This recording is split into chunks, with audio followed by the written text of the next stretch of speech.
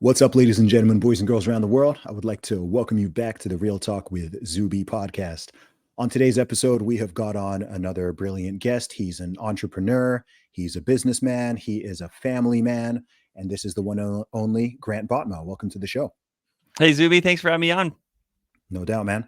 Grant, I've done a super brief intro there. I know who you are, but for those who do not know, please tell them a little bit about yourself. Yeah, I'll start backwards from where you were. Yes, family man for sure. That's very important to me. I have 3 kids, and I feel like in the golden age of parenting. I'm not necessarily wiping high knees, and my kids still think I'm really cool. They haven't given me teenage attitude yet. So I got 14, 12, and 10 are the age of my children. I am married and have been married for almost 20 years now. But yes, I own a business. I own several businesses. Actually, I own a real estate agency, an investment management firm, a mortgage brokerage, an insurance agency. And what we like to communicate to our community here in Arizona is that we love people through finances. I am fairly active in kind of some political things that are happening in my home state of Arizona, specifically with school choice, because family is important to me and school choice was important to me as a younger person. So if your audience follows me on Twitter, they'll probably see some engagements with that. But man, I feel like I've been put on this earth to love people and love people well, and that's what I'm trying to do on a daily basis. That's awesome, man. Well, there's a lot to get into there. So let's rewind. I know that you're in Arizona, born and raised. Is that correct? That is correct. Born and raised here, and I love it here. If anybody talks to me about where to live, I'll try to convince them to come to Arizona. It's wonderful. Awesome. Advocate for the city and the state. Um, tell me about your background. So you told me you've been married for 20 years. You know, obviously there was a time you weren't married, there was a time you had zero children, and there was a time you were just a young boy growing up in Arizona. So tell me what that was like.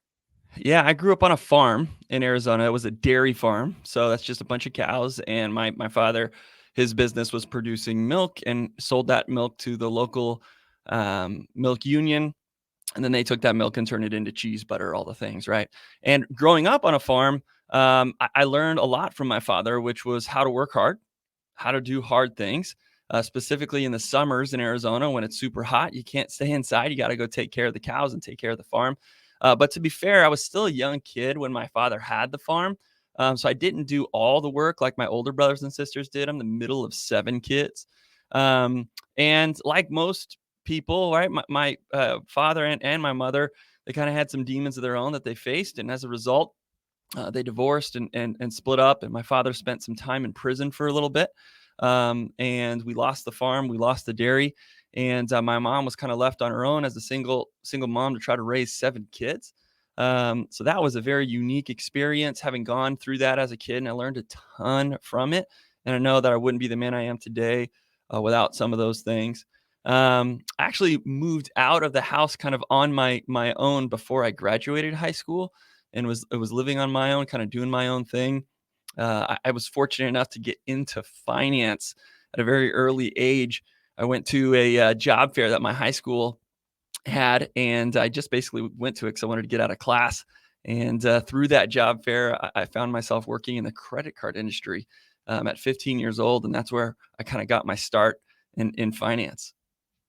Wow, I didn't know 15-year-olds were even allowed to work at credit card Yeah, at they credit had card to companies. ask my dad for permission to do it. So the way it went, it's like, you did this, like, mock, phone call, and, I guess they liked the mock phone call that I did in the job interview thing, and by the time I got home, there was a message on, the answering machine, for my dad, and they said, "Hey, we'd like to hire your son. We need your permission to do so," and sure enough, my dad's like, "Yeah, go get paid, man." Man, that's interesting. I'm curious to learn a little bit more about your childhood. I mean, you said you learned a lot from this situation that happened with your parents. Can you tell us a little bit more about Yeah, that and what you took from it? I think the most important thing that I picked up and I learned is that people make mistakes. People aren't perfect, and myself included.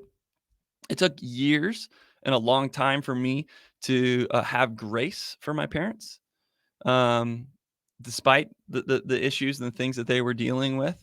Um, but I'm grateful that I'm at a place right now as an adult that I know for a fact that my parents loved me like crazy. They never really made me doubt that, despite some of the issues and things that they were going through. One of the reasons why I really enjoy being in finance is because my father uh, struggled with that. He didn't do well with that, didn't make wise decisions. That's one of the reasons why the farm was lost. I actually do not drink alcohol. I've never drunk alcohol before in my life. And the reason for that is because I watched what alcohol did to my parents. I'm not saying that drinking alcohol is terrible for everyone, but man, I'm scared of it. And I don't think it would be right for me. Growing up the middle of 7 kids, it was kinda like 2 batches of kids. There was my older brother and sisters, and they did a lot to care for us, and then there was me and my 3 younger brothers. So even though I'm a middle child, I do have a lot of, firstborn tendencies, and, did a lot of things to care for and love my younger brothers, and, lead in that regard as well. But yeah, the biggest lesson I learned, was how to have grace for folks that maybe have not been perfect in your life, and as a result, your life hasn't been perfect from some of their mistakes. Mm. And my hope is that everybody can find a way to do that specifically for their parents. Because man, have I made some mistakes in parenting as well. Man, there's so many interesting directions to go here because I think these stories are fascinating because I'm always incredibly interested by people's backgrounds and life experiences because I find that especially when it comes to people, who are entrepreneurs or they've achieved some level of success or whatever it is, there's always a whole backstory, which oftentimes people don't hear and people are not aware of, right? They see people where they are, right? Mm, So they see you right now, oh, cool, like successful business, married, kids, like probably just, right? People just have a sort of image in their head of like what your life was like and all your experiences and whatever. And it can often be like way off, right? It can be accurate, it can be way off. There can be like massive details that influence the man that you are right now that people are not aware of and so on. So I think those stories are interesting. I mean, even like what you said regarding alcohol, that's so interesting because you have people who are alcoholics and they say that they're alcoholics because their dad or their mom was an alcoholic. But then there's people who like are teetotal and won't mhm, even won't even touch it for the exact same reason. So you can have two people who like experience the same thing and the way that it influences them all the way up through their adulthood, their entire life. There's people who are 60, 70, 80 years old and they're still blaming all their personal failures on their parents, right? There's something that happened when they were 7 years old and they're like, okay, well, I'm like this at 70 because this thing happened back when I was 7. And at some point it's like, well, okay, like if you're an adult, you gotta move forward and take that responsibility and take that accountability and make your own personal decisions of, okay, well, what am I going to do? And so I find it interesting just how people process and use these things differently. yeah, a lot of people can have that victim mentality where when things are happening in their life or have happened to their life, they just wallow in that. And to be honest, that's like a common trait for alcoholics, right? They have a thing that they continue to go to in their mind or in their life that gives them that reason to drink, and that makes it okay. But as I mentioned before, having grace for other people has helped me overcome and not have the victim mentality. I recognize that the decisions and things that they did were their life and not mine. And for some reason, I think God just gave me an ability of discernment that whenever I see people doing things, I see the outcome of the thing that they did. And then I can say to myself, oh, I want to do that. I want to repeat that. I'm going to follow in that direction. But I can also see the opposite side when people do a thing and I'm like, ooh, I'm going to stay away from that. I don't want to do that thing because I saw what that turned into. And I've taken agency of my own life. I've taken ownership of my life rather than being a victim to what has happened in the past or what people in my life have done. And man, that's a really common thing and a common trait specifically with alcoholism. Mhm. There's a word you've used multiple times, which is not a word I hear a lot in society and culture these days, which is grace. Hmm. When you say grace, what does that mean to you? Forgiveness. It means giving the other person leeway I would say even giving the other person the benefit of the doubt. There are lots of things that cause us to make the decisions that we make. And sometimes we make those decisions and choices out of places of a lack of health. Could be a lack of physical health or mental health, emotional health, or it could be out of selfishness or greed or whatever it is. But even if there is selfishness or greed that are involved in the choices that impact you negatively, there was something else that was motivating them to do that somewhere. And I just have grace for people who are in those situations because I too, if I'm honest with myself, I really look in the mirror. I've got selfishness and greed inside my heart at times, right? I haven't always been the most healthy person or healthy individual. And I just think that we're all, as humans, not perfect and we're fallible. And when somebody's imperfection rises up, I have to first say to myself, well, I'm capable of that. If things in my life don't go exactly the way they could or should, I'm absolutely capable of some of those things. But I'm grateful that I haven't done those things, and I want to have grace for those folks. Yeah, that's awesome. I think that's there are certain words that I feel like have been lost in the modern Western lexicon, and I think Uh, grace is one. I think grace is one of them. I think yeah. grace is one of them. I think honor is one of them. I think Hmm. duty is one of them. These are words I just don't hear often when people are talking, right? I hear a lot about rights.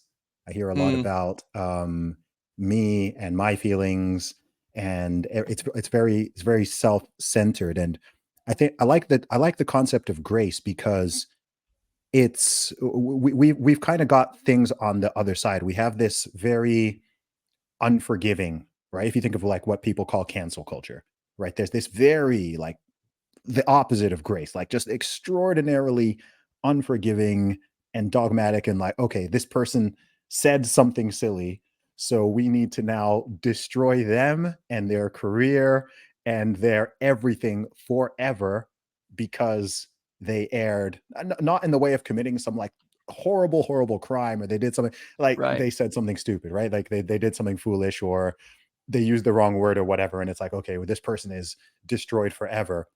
And then on the flip side, we have what you talked about, which is like the victim mentality of not holding people accountable or responsible at all, right? Someone's out there doing something terrible and it's like, oh no, don't shame them, don't hold them accountable, don't do it. And it's like grace to me is that middle ground Yeah. where there's the element of forgiveness, but also recognizing the reality of the issue. And I just find like, yeah, that word, I'm trying to think of the last time I heard a public figure use Hmm. that word, right? You know what I mean? Like it's just been lost, and I think that concept has gone. Maybe this is a part of the decline of the influence of religion. Like grace is a very Yeah. Christian word. When I even hear the word, I associate it with sort of Christian beliefs and ethics. So maybe as that has declined in our countries to an extent, Hmm. that concept has also been lost with it. I don't know what your thoughts are there.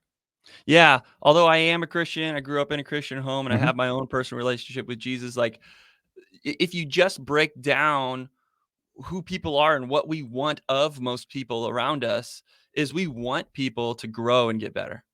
We ourselves are trying to grow and get better as we go through life. And sure, there are times in life when there's valleys and there's peaks, but people change all the time.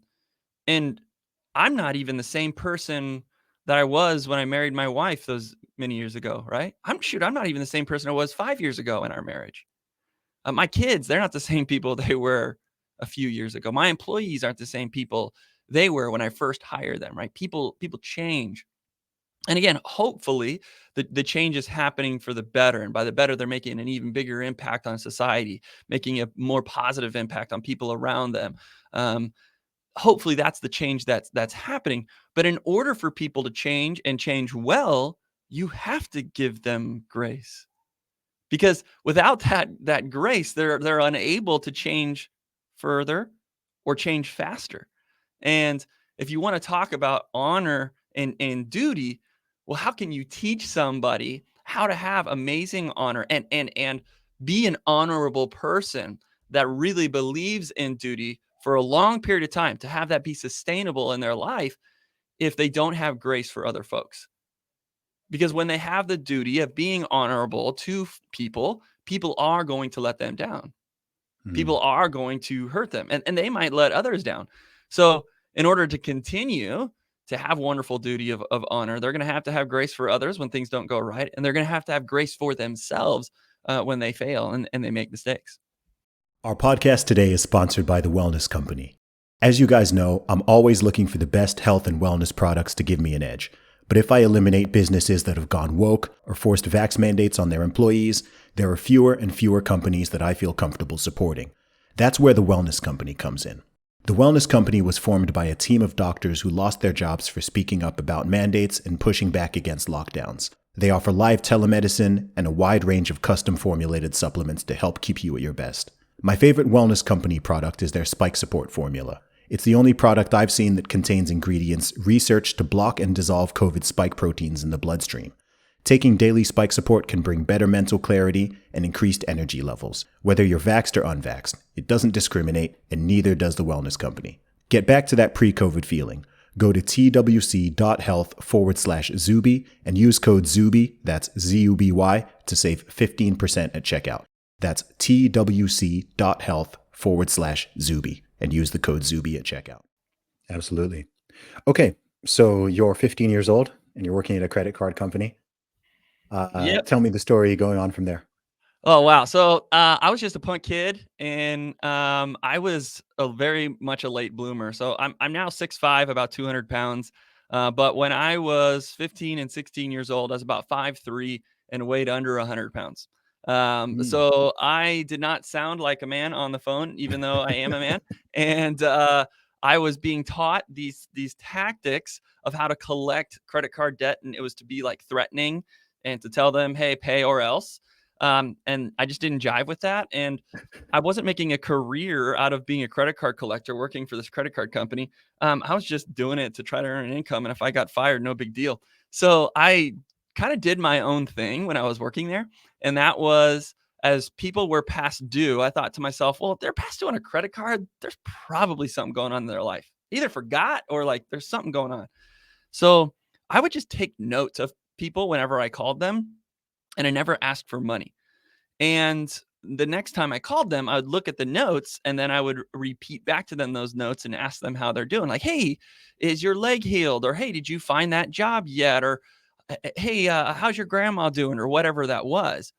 And at first, my coworkers and even my bosses at that credit card company didn't necessarily love my tactics. I wasn't performing well. But over a period of time, I was building a relationship with these folks who were past due. And then when I was at school, eventually my inbound phone line started ringing off the hook. And when they got money, who was the first person they called? It was me. They wanted to pay Grant back because Grant listened, and I was kind, and I cared for them. And the next thing I know, I'm breaking records at this credit card company as a 15-year-old kid, doing pretty well. And I got recruited to kind of work in some other finance industries and moved into the mortgage industry before the kind of Great Recession stuff happened in 2008 here in the United States. That's so interesting. So, how long did you work at that company for, or how long were you in that Man, role? I was at that credit card company for I think a year and a half, 2 years. Then I moved to another credit card company for a little bit, and I was out on my own, living by myself, but still not graduated from high school yet. And I had a decent enough car, and I didn't come from any money, right? So I was earning my own wage and doing my own thing. And I thought I wanted to go to college, and I went to a community college. And to me, I was like, oh, this is kind of like high school, but you can smoke. Like, I don't really want to do this. So like, I like didn't go.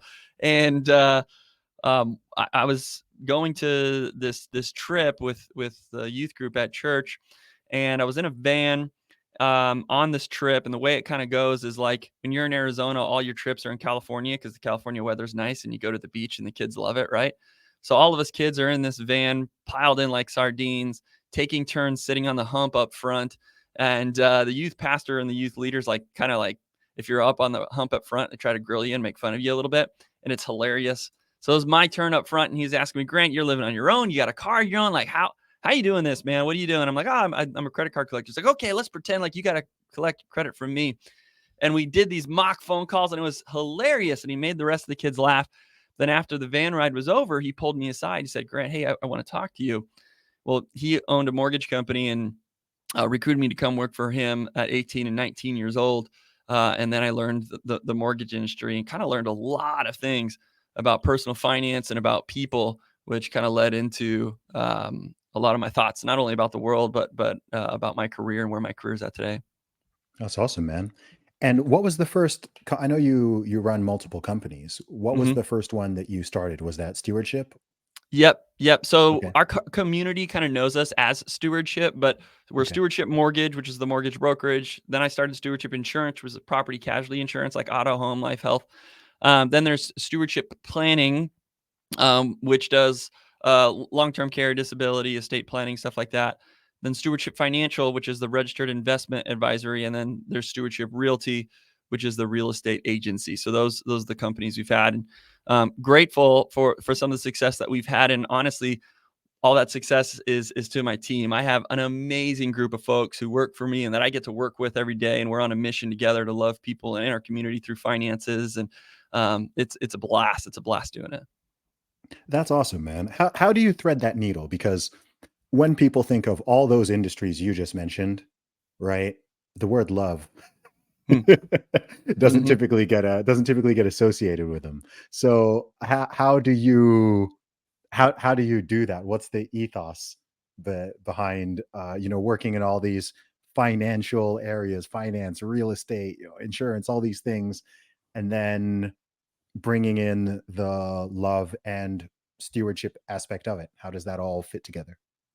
Yeah. So as I mentioned, when I was working in that mortgage company, I learned a lot about things. And one of the things that I saw was I would see men that I respected be one person at church on Sundays and Wednesdays, and then they'd be a completely different person at work. Mm. And I was watching this war between work and life and people trying to balance that. And it didn't make sense to me. And I got frustrated with it. And I didn't want to be that. And to me, I believed I'm put on this earth to love people. So if I'm going to be put on this earth to do that, and that's what me and my wife work to do, and me and my kids work to do to each other and to other people in our community, well, that's what I'm also going to do in my business.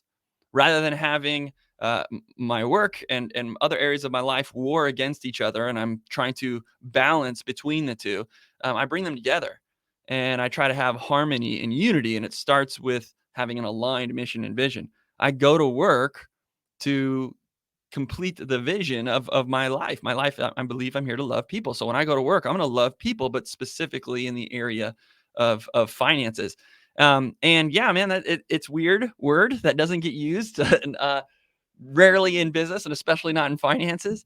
So it's kind of helped as a marketing thing, I guess, where people see that and it sticks out a little bit. But I believe that every business fundamentally exists to serve somebody somewhere. And if you're going to serve somebody well, why not do it with love? Why not do it with selflessness? Why not genuinely put yourself in their shoes to really figure out the problems they have, the needs they have, so that you can fill them? And if you fill a need well with selflessness and love, you're going to do really well as a business owner. Yeah, I love that perspective because it's so different and rare. I know that it's not true that you need to be sort of mean or cruel or dog eat dog or Mhm. whatever to be successful. That's a bit of a societal meme, right? Yeah. There's a societal meme that to make it in business or to be successful or to earn wealth or whatever, you have to, take from people and you have to be unethical and you have to step on people's toes and stomp on people's heads and be ruthless and this and this. And are there people who are like that and they achieve material success? Sure, Oh, they do yeah. exist. They do exist. But I think in many cases, those people, they achieve success despite that, oftentimes more than because of it. Like the people I know who are successful in various areas and who have built companies or, done a lot of cool things, vast majority of the time, they're actually very kind. They're very generous. They're very Mm. personable. They genuinely like people and enjoy being of service to other people. They're not these, sort of I don't know. I think people maybe get these ideas from even like cartoons and movies and things like that as they're growing Yeah. up, right? You know, the sort of Mr. Burns and The Simpsons, right? Yeah. Or I don't know, Scrooge McDuck swimming in his piles of in his golden coins, and you know that That's that it. sort of thing of just like anyone who's successful or anyone who's earned some money or whatever, like they've just been out here robbing everyone else and being horrible. And I think I get why people think like that, but it's just not, it's not the truth. But I do wish that more business owners and entrepreneurs would put put serving people and put love more forward. I think like that's actually a very powerful message to get through to people. And it's a very interesting differentiator. Yeah, the paradigm shift is, I mean, well, the statements I heard when I was working in business at a young age was, "Oh, Grant, that's just business." Or, "Grant, this is business." Hmm. Yeah, Almost like that was a license to be selfish. Like, what are we doing here, right? And people think that the purpose of a business is profit. No, it is not the purpose of business. The profit is the result of you living out the purpose. Again, the fundamental truth of every business everywhere is there's a need somewhere that somebody has, and you're filling that need. So you're serving, you're filling a need. That is the purpose of a business. And if you do that well, then profit comes. And that's the paradigm shift I think a lot of people have. And as you mentioned, and I would totally agree with that, many of the successful people that I know are extremely kind, very generous, have that mindset of like, no, let's serve really well. Let's really find out the needs of folks. And the people that do jump in and say, well, that's business, and use that, as I mentioned, as just a way to do whatever they want and be selfish, they might have some short-term success, but the long-term success isn't there. That's not a sustainable way, not only to do business, or it's just not sustainable to live life. Those types of folks lack a lot of joy, and they have this disjointedness about what they really care about in life and their work. And many times they're unable to have sustainability with happy things and joyful things that really matter in their life. for sure. So let's switch gears a little bit, Grant. I know you've been married for almost 20 years. How did you meet your wife? MySpace. No, just kidding. That's what I always tell people. Oh no, I was actually gonna say that would have been awesome. No, so I was going to a very small Christian college in Arizona. She was going to a very small Christian college in Iowa, and my roommate was dating a girl, and I became friends with this girl. And when you go to a small Christian college, like one of the things is that like girls go there to try to get married. They're not there to try to get a degree. They believe like, oh, if a boy's going to a Christian college, it must be a good guy, so I'm going to go there and try to get married. So what I was tired of was that like culture and girls trying to pretend to be like they're interested in the things I'm interested in. I'm like, dude, I just want someone who's real. Like, stop, you know? So I just wasn't interested in having those types of conversations. And I was really focused on my own personal relationship with Jesus, trying to figure out what I wanted to do in life. I was actually in the process of writing the business plan for what is stewardship today. And I was really focused individual. I was playing college basketball as well. And that's kind of what I was doing with my free time. But my roommate's girlfriend had this friend that I had to meet. And I just kept putting her off and putting her off and putting her off. And we would do like bets, me and my roommate's girlfriend. And the bet was always if I won, she had to do my laundry. And again, I was playing college basketball and it was really stinky. So I would get my laundry done for free. But if I lost, then I would have to talk to this girl. And I always made sure that I would only do bets that I knew I could win, so then I can get my laundry done for free. And I did that many times over. But then eventually, I don't remember what the task was. I lost a bet, and then I had to talk to this girl. So I pick up the phone, and I call this girl, and the next thing I know, we are text messaging and emailing over and over and over again before we ever meet. And that's how it started. Wow. What time period was this? Oh man, this was I think 2004, 2004. Yeah. So 2004. again, Okay. MySpace was kind of coming around by then. The Yeah. reason why I say the joke MySpace is because I never met her, and I honestly I probably fell for her before I even met her, because of how much I was getting to know her and talking to her, and had never even really seen her before I met, except in like a few photos here or there. Um, And I feel like it was like, one of those online relationships that is now very common, but back then wasn't. Yeah, that's so interesting, man. I think people forget, especially my younger listeners, just don't know how different the world was in 2004, because Dude, that was before smartphones, and that yes. was, yeah, before everyone having the internet in their pocket and having all these devices and being so interconnected. And 2004 doesn't sound that long ago to me, but the technological shift has been insane. Yeah. But the first time I ever saw a picture of her, we agreed to take those disposable cameras and just take pictures of our life for a day. And then we sent the disposable cameras to each other, not developing them, and then we would go to Walgreens and develop them on our own. And she would see all the pictures that were of my day, and then I saw the pictures that were of her day. Like, and we had to wait weeks for all that stuff to happen, right? Of getting the camera, take the pictures, send it in the mail, develop the pictures. Like, that's how long ago it was, which makes me feel super old, but it doesn't feel like 2004 was that long ago.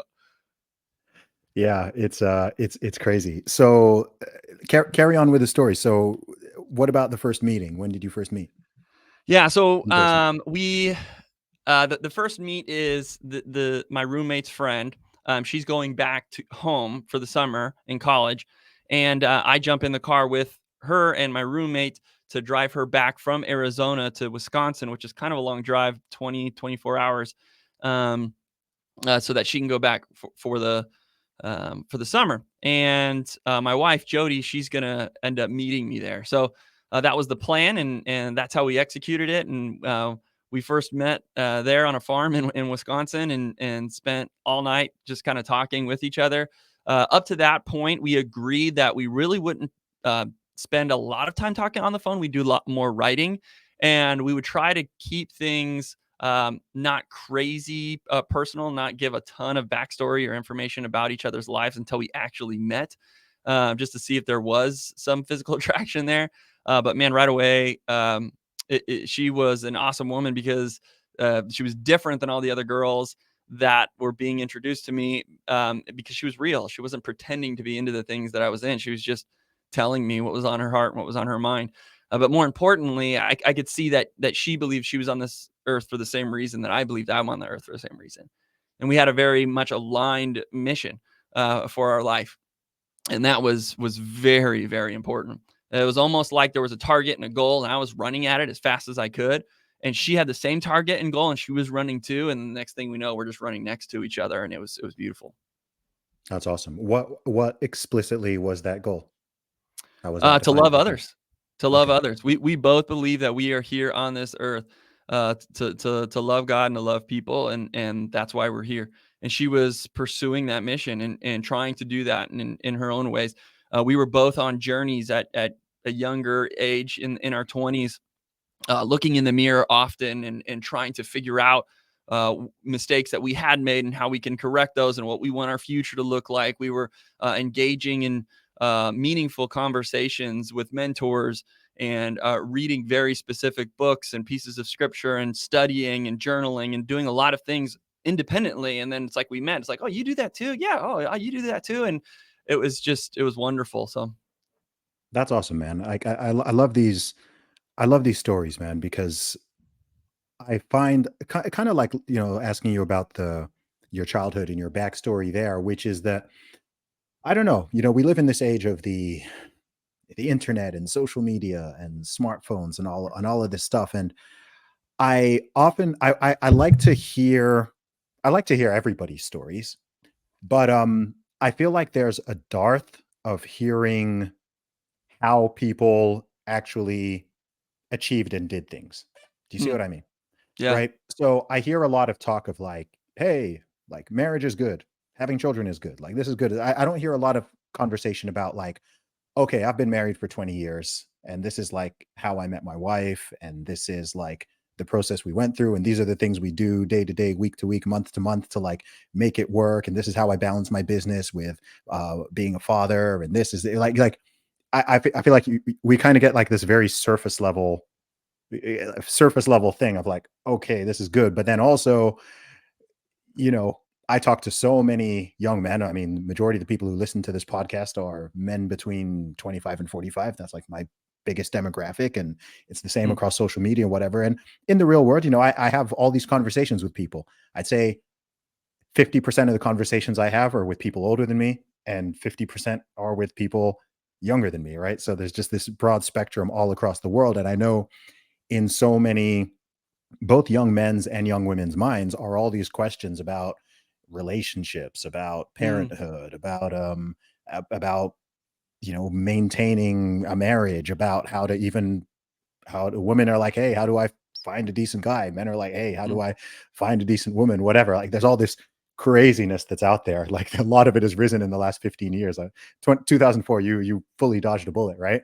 Um, but that bullet is big, and I think oftentimes people don't recognize just how crazy it is right now for a lot of young people living in this culture, living in this world, in this society, all this technology, and oftentimes, they're talking to their parents or they're talking to their grandparents who, maybe their parents got married in the 70s, and they're kind of just taking that exact same format and not realizing how much stuff has actually just changed. How much the reality, if you're an 18-year-old boy or girl right now, it's very different to what it would have been like being an 18-year-old in 1970 or 1960 or 1950 or whatever. And I think oftentimes that's kind of overlooked. So I like to have these conversations for my own sake, but also just for people listening to be like, "Oh, okay, cool. Like, these are some dots that I can connect. This is some practical advice that I can use," instead of just becoming what I'm increasingly noticing, and maybe you've seen this as well, is a lot of people just becoming what people call black pilled, Mm, right? Just just giving up on it all. Just being like, "You know what? No. I'm just checking out," especially men, right? yeah. There's a lot of men, millions of men out there who are just like, "Yeah, you know what? Um, I'm not gonna I'm not gonna do any of this, right? I'm gonna dodge parenthood. I'm gonna dodge marriage. I'm gonna dodge any type of serious relationship. None of it's worth it." Like, and I get where I understand how people reach that point. Yeah. I don't think it's an obviously don't think it's a great conclusion. It's not really where we want to be going as a species. But I think oftentimes people reach that point because they just don't hear the positive stories, and they don't hear Mm, the positive advice, and they don't really get the encouragement. In fact, oftentimes people are just like, "Oh, okay," people don't really want to help that demographic in a way. You kind of see what I mean? They're just like, "Oh, okay, well, yeah. whatever." Like, let them just be angry or whatever. And there's levels of anger that are not reasonable, and there's conclusions that are not reasonable, but you can still see when someone is when there's like a whole demographic that's sort of struggling with a very similar problem. It's a little bit like how, a lot of millennials or Gen Z or whatever, right? When it comes to something like housing, right? Just like Mm, being able to being a man, how people are like, "Dude, how do I even buy how can I even afford a house?" Right? yeah. Let alone become a parent. Like, how do I even afford any of this stuff? Yeah. And there's not a lot of great info that's flowing to those people. So people are like, "Hey, why are they angry? Why are they socialists? Why are Yeah. they despite why are they?" And I'm like, "Well, they're not really getting a lot of great they're not really getting a lot of great advice here." And not only are they not getting great advice, there's getting a lot of noise and a lot of confusion from so many different places. And as a result, you can get kind of like paused in your tracks. Man, what do I do? What's that one practical thing that I got to make sure I do so that I can find a great person to marry? What's that one thing I got to figure out to do so that I can earn the income and buy the house or whatever it is? And I think I've just worked really hard at simplifying things. And maybe that's why we have success as a finance company, because we do simplify things for our clients. But even with the story I just told you about how I found my wife, it was really simple. I was doing everything I could to pursue this mission that I believed I was on in life, and so is she. And we just kind of ran up next to each other. It's not like I was looking for her; she was looking for me. We were pursuing our mission in life, and then it's like, oh, hey, who are you? Type thing. And that's the advice I would give to anybody. It's like, how do you find a spouse? Well, figure out what your life is about and pursue that mission with everything you've got. And specifically, if that mission in life is selfless, it's Mhm. others driven, and you're pursuing that mission and you're working hard to take care of others in a certain way, or you're working hard to pursue that mission well, there's going to be other people that have a similar mission, and you'll start rubbing shoulders with those folks. And when you Yeah. do, you'll get to learn a little bit more about them and discover like, could I maybe pursue this mission better with this person? And that's what it came down to for my wife and I. We both asked our question, could we love others better married? And Mhm. we evaluated that individually and together. And we discovered, oh, yes, absolutely, we could. So that's why we chose to get married. And that's what's then happened, right? As our mission has been lived out better. And the same is true for parenting. Should we have kids? Well, I don't know. Well, would we be able to love others better if we had kids? Well, it sure would give us the opportunity to practice selflessness and to do some hard things, and it sure has done that. But man, nothing has taught me a whole lot more about this world and about people as marriage has and as parenting has. And if you want to grow as a human being, it's great. But also, specifically, if your mission, if you believe you're here on this earth for other people, wow, what a way to do that in marriage and in parenting. But yeah, man, to put it simple, what's your mission in life? Go pursue that thing. And if you do, you'll rub shoulders with folks that might help you pursue it better. And those are people that you might want to get married to, and as you're married and you're trying to make big decisions, like, do we buy a house, or do we parent, and have children? Again, it comes down to that mission. Simplify it.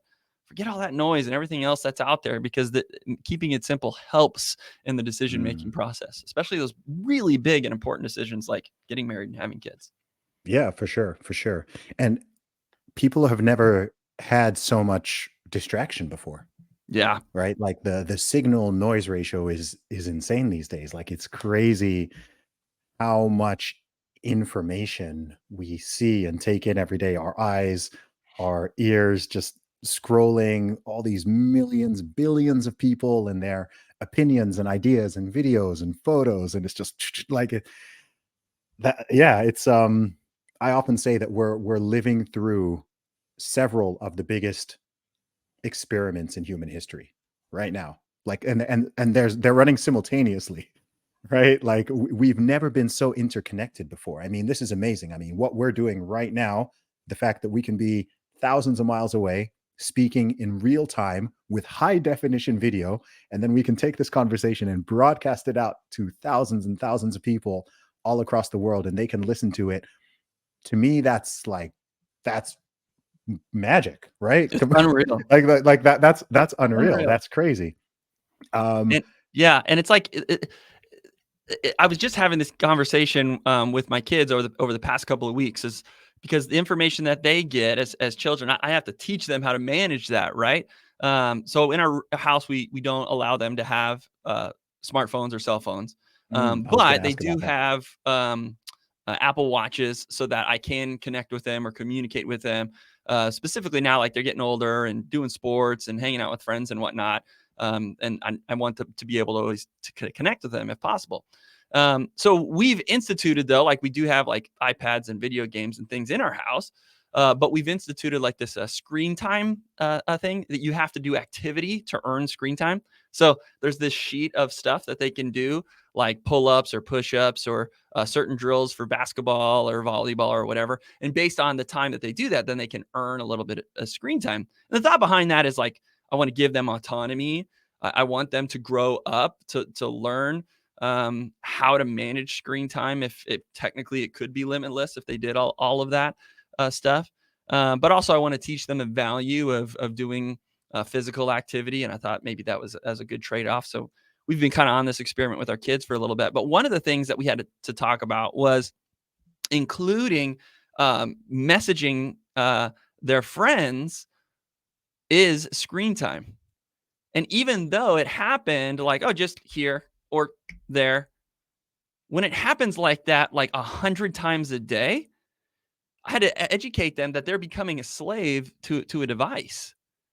Like they get a notification, they see the red little circle, or they hear the noise, and they're just like, oh, grab, and they don't even think about it, right? These devices are designed to have us do that. And when I open their eyes to the fact that like this is the design for these people, the people who made these devices are really smart and this is what they want and it's working on you. How do you feel about that? They're like, Mm. oh, no, I don't know. Right. So we even had to have a conversation about, okay, well, how do we manage that? How do we manage all of these things that are coming at us? And it really just comes down to being intentional. And it's saying, okay, there's nothing wrong with messaging people. There's nothing wrong with seeing those notifications, but I'm going to control my own actions rather than have something else try to control my actions. I'm going to say, I'm going to do screen time messaging my friends from this time to this time, and I'm going to be in control of it, right? Rather than throughout the day constantly looking and grabbing at it. And that's just again the world that we live in. It's amazing that there's technology that me and you can have conversation. Arizona, all the way across the pond, right? And we're talking, and we're going to be able to share this with anybody and everybody, which is wonderful. But at the same time, it's like, well, if we're not intentional about some stuff, some things could go wrong, and that's part of what I have to do as a parent with my kids. Mm.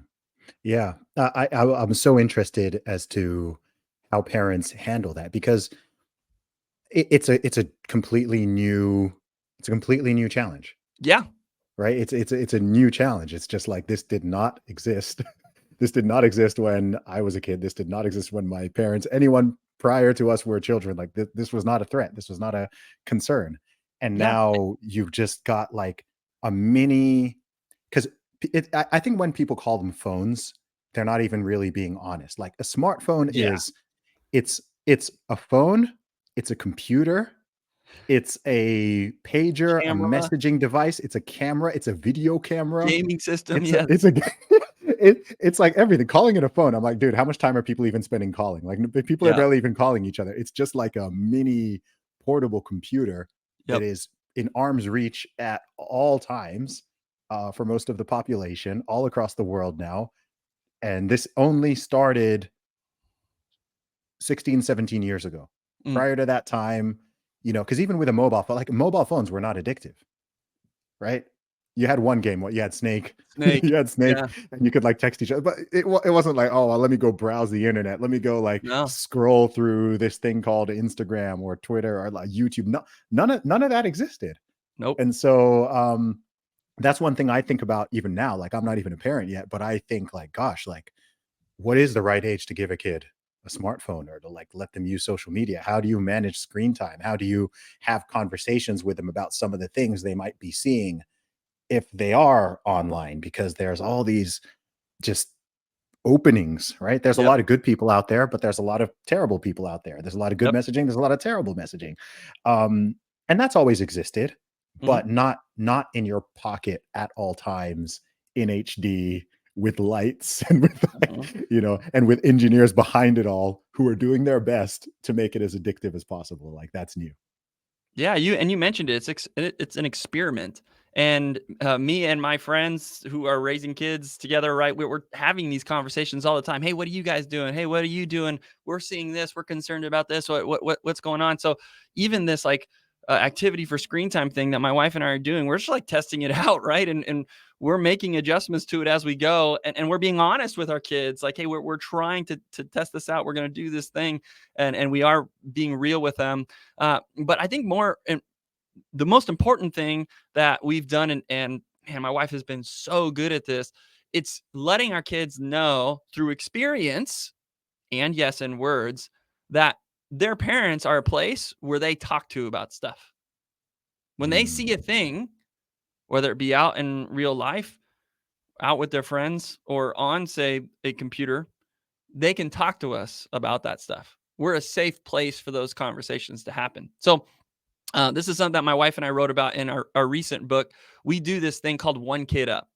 So once a week, we put two of our kids to bed, and they don't have to like go to sleep. They can just be in their rooms or whatever. But it's just time for me and my wife to be with one of the kids alone, just us, special time, and it's an hour long. And for some adults, they think, oh man, doing this would take so much time and I'm really tired by the end of the day or whatever. But it's just an hour. It goes really quick. It's no big deal. And we allow them, for the most part, to kind of do whatever they want in that hour. And sometimes they just play board games with mom and dad, or they watch, their favorite YouTube dude perfect or something like that, right? But there are times when we intentionally say, hey, as part of One Kid Up, we're going to go through a book together. And it might be an age appropriate book about sex. It might be an age appropriate book about pornography. It might be an age appropriate book about screens and devices, right? And we're training our kids and having them experience that when you see certain things in life, you're not alone.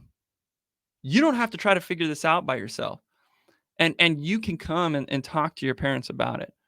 And we do our best to create an environment where we're not like dogmatic, this is what, don't do this, but more of like, hey, here's the reality of some things in life. What do you think about that? Right.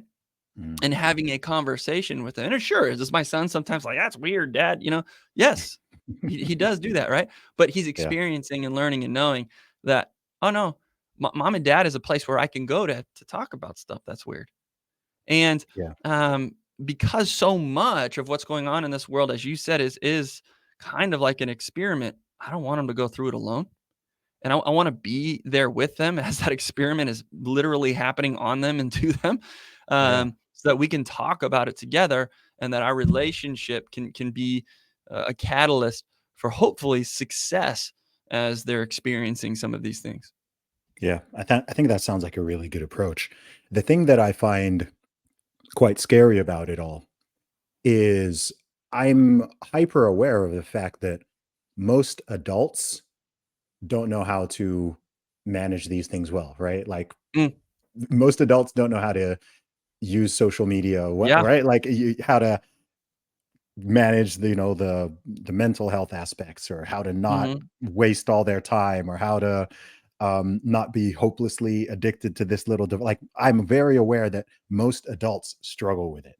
Hmm. So that's why I'm just like, oh my gosh, giving this to a child, Yep. right? If someone who's 40 years old is struggling with this thing, how are you going to give this to a 12-year-old and let them just kind of go off with it? Like that's the part that to me is like not even being a parent, right? But I've got 10 nieces and nephews, so it's not like I've got a no stake in the game already. I do. Right. And I'm just like, man, this is a strange, brave new world. And I think people feel that with every generation, but I do think that this particular shift is a monumental one. I don't think Mm, this is just like introducing I don't know, if I think of like big inventions of previous decades, they didn't they didn't interconnect billions of people around the world yeah. in real time and allow everyone to communicate. Everyone has access to everyone. Like it's crazy. Like everyone has access to me. Like that's nuts. That shouldn't really be the case. Right. Everyone has access. Like no matter what level you're at, you could be like the biggest celebrity. If you are on social media, like everyone just has access to you, Mm, right? Like they could just you could just send a message to any like it's crazy. I can send a message to Elon Musk and he replies. right. Like that's cool, but That happens in this world now? you're right. Yeah. Yeah. It's really cool if you use it correctly, but the fact that just like anyone can access anyone is also very scary because it's just like you've just got like a door open and there's just a field and like anyone can just come up and talk to you.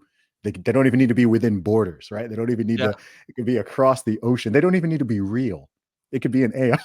It could be a bot. And now you've got like Yes. all this advancements with AI. I mean, do you ever think of like do you ever think of when your children are, I don't know, when your children are your age, what kind of technology they're going to be even Oh, dealing with? man, and the world moves so fast that it's hard for me to even think what type of technology is gonna be available at that time. And I think really what helps us kind of manage these pieces of technology and, just all of these things is, again, there's awesome things that are associated with it, but as you mentioned, even adults are gonna struggle with it. Myself, I've struggled with it, but the one of the things that can help us is, first, not justifying it, but then two, properly evaluating it. So a healthy adult will justify how much they're on their smartphone, their computer in their pocket by saying, "Oh, it's work. I need to do this to earn an income," or "Oh, I'm connecting with other people and I'm being relational," or whatever that justification is, right? So you have to recognize that, okay, I can be a slave to this too, and I can't justify it. but then two, you have to evaluate it. So my wife and I, when we go on our anniversary once a year, we ask ourselves 4 questions. What can I do less of? What can I do more of? What can I add? And what can I remove? And we do this as a healthy way of looking in the mirror and trying to figure out, what do we want to repeat from last year that's going well, and how can we keep doing that? And what do I need to make some adjustments on? And one of the things that she said in one of our anniversaries a couple years back was less cell phones when we're home with our kids. And my Mm, initial reaction was like, "What are you talking about? I'm not on my phone that much." I try to get defensive, I'm doing it for work and I'm earning an income and blah blah blah. But I had to look in the mirror, and I had to be humble mhm. and say, "Oh yeah, this technological thing that I'm engaging in now is, I have to make some adjustments, and I have to be intentional, because the best intentions require intentional actions. I have the best intention to be the best dad in the world, to be the best husband I can be, but I have to be very intentional now with my actions, specifically with new technology, to ensure I can be that best person. So for me, that meant I had to create a very specific place in our home Yeah. where when I get home, I put my cell phone there, and it's not in the couch or in my pocket when I'm home from work, right? Um, and that intentional action came from reviewing and looking in the mirror and being humble to hear some negative feedback from my spouse, right?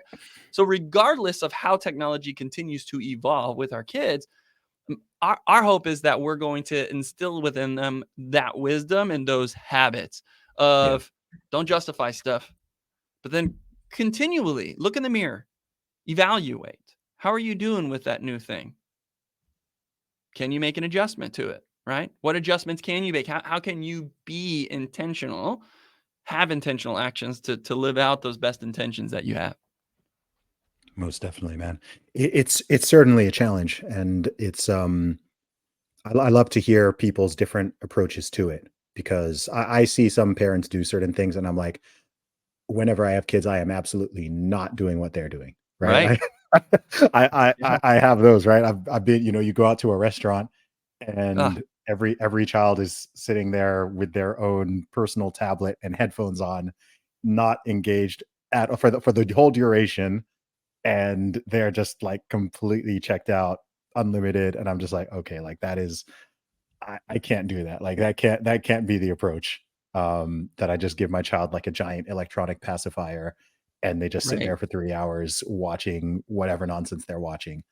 Um, but then also, I'm aware that, look, like technology exists, right? You can't Mhm. pretend that it doesn't. You can't pretend that these things are not out there in the ether, and they're not going to hear things, and they're not going to have friends. And it's like, okay, what's the best way to introduce those certain ideas and so on. Like I'm actually grateful. I know you're the middle of seven. I'm the last of five, Okay. and I'm actually very grateful for that, Hmm. because I can I sort of sit there with a mental notepad, right? And I'm kind of like just constantly taking notes of like, Yes. okay, I wanna do that. Okay, I think I'll do that differently. Like, I'm gonna do that. Like, I'm sure it'll of course change once, it all becomes a reality, Well, but I like the fact that I don't feel like I'd be going into it sort of like just totally unprepared and blind. Like, I've actually got like strategies that I've seen work, strategies I've seen not work. And when I see it, like I ask people questions just like I'm asking you. I'm just like, all right, like how do you've got 3 children, right? They're growing up in this world. Like, what are the rules around smartphones? How do you manage screen time? Like how do you do it, right? Because it's new. It's a brave new well, world. you were here in Arizona a month or so ago, and my schedule and your schedule were obviously busy, but I really wanted to make sure I had an opportunity to just come and say hi to you, and that required me at that time. I brought my daughter with me, right?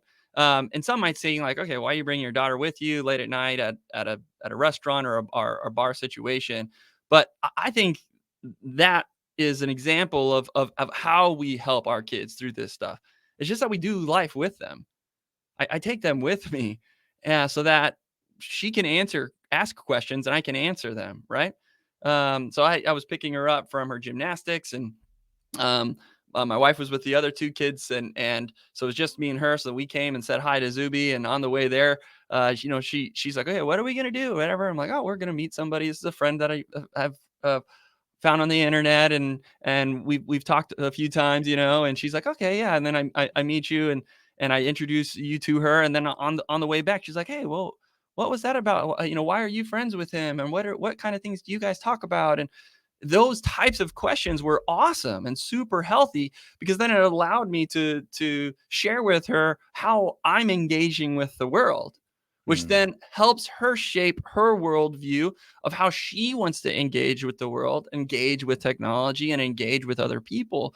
And we need to have a lot more of those conversations. To me, the biggest danger of giving your kid, as you said, an electronic pacifier at the dinner table isn't necessarily that, oh man, that stinks that they're, staring at these lights the entire time, and they're on their own. But it's that they're not seeing how their parents are acting.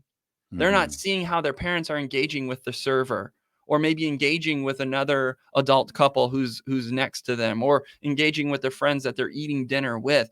Like those types of things, I think kids need to see you as a parent doing that stuff, so that they can say, "Hey, I'm going to repeat that. I want to do that too," or yeah. "No, I want to do it a little bit differently." And even the experience that my daughter had when meeting you, it turned into some awesome conversations. That's awesome, man. I'm glad to hear. Grant, where can people find and follow you online? And is Yeah, there so anything? Twitter, it's at Oh, Grant Botma, GrantBotma. Instagram, same thing, at Grant Botma. I would say on Twitter, I'm a little bit more talking about some political issues. For the most part, I just try to encourage folks online and share with them financial information and advice. And then on Instagram, it's probably more like family advice, but then also the financial advice as well. But I'm pretty much posting every day, if not multiple times a day. And you can always hit me up in my direct messages on Twitter and Instagram, and I respond to people fairly regularly. awesome. Grant, it's been a pleasure talking to you. I think you're a very inspirational dude. I think you've Oh, spoken on a lot of things actually that people can learn from. I think there have mm, been a lot of important lessons here on grace, on relationships, on parenthood, on mm. mindset. I think there have been a lot of gems here. So thank you. Oh man, thanks for having me on, Zuby. It's been a blast. Appreciate it, man.